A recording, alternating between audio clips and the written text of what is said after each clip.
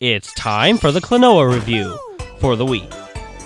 Well, this is my 50th review, hooray! And to celebrate, I've created a new intro for my reviews. I hope you enjoyed it. The Wii's version of Klonoa is a remake of the PS1 Klonoa game. I've never played any Klonoa game before, so I wasn't too sure what to expect out of this one. The story is about Klonoa, of course, how on one day he finds a strange ring that fell to the ground from the sky. When he pulls it out of the ground, a hovering blue ball comes out of the emerald of the ring, and, just like in A Boy and His Blob, they instantly become best friends. Later on, something crashes into the side of a hill, so Klonoa and Hupo, which is the hovering blue ball's name, both set out to investigate. This game is a 2D platformer, but with 3D principles and effects, or in other words, 2.5D. As you go through each region, you can use your wind bullet, which is the ring Klonoa found earlier, to pick up enemies and throw them, or you can use them to double jump. Throughout the levels, there will be numerous eggs you can break open to find objects, but what I found to be really cool was, sometimes the eggs will be in the background or foreground, and to break open the eggs with an enemy, you could turn Klonoa so that he faces the egg in the background or foreground to break it, giving the game a true 3D feel. There are 2 levels associated with each region, called Visions, and then a boss fight at the end. Sounds a lot like the 2D Sonic games, huh?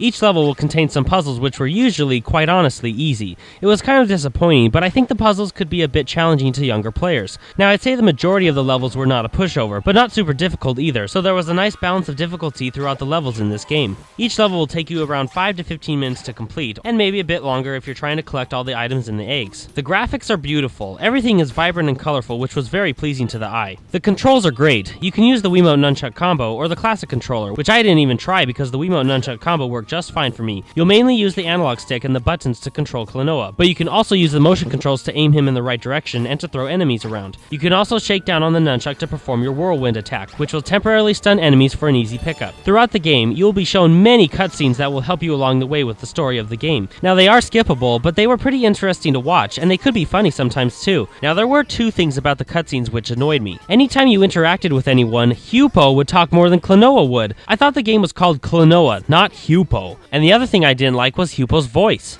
Who were the 2 of you? Well, this is Klonoa. He's from Wind Village, and my name is Hupo. And my name is Hupo. And I'm Hupo. And my name is Hupo. Now, I'm not trying to be mean to the voice actor, and you can really tell the script was intended for younger kids, but sometimes I would have just liked to Falcon Punch that thing. Yes! The boss fights were fun, but some of them were way too easy. You know why? Because sometimes this clown, who is the servant of the main boss in the game, would basically tell you how to defeat it. Now, I know anyone could figure out how to defeat these bosses, but still, is this game intended for 5-year-olds? Nope, the box says E10. I don't get it.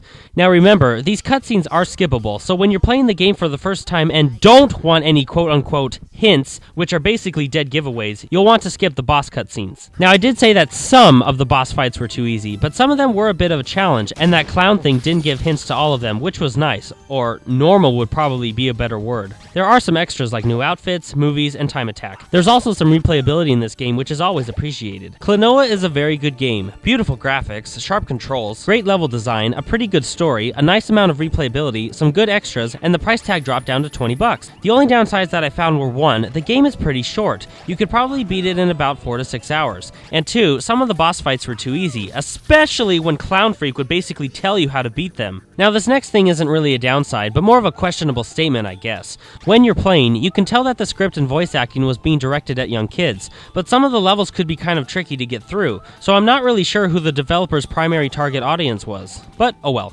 Anyway, this game is definitely worth it, especially since the price dropped down to $20, and I wouldn't mind seeing Klonoa 2 being ported over to the Wii sometime. This game gets a 4 out of 5 with the title of awesome. Wahoo!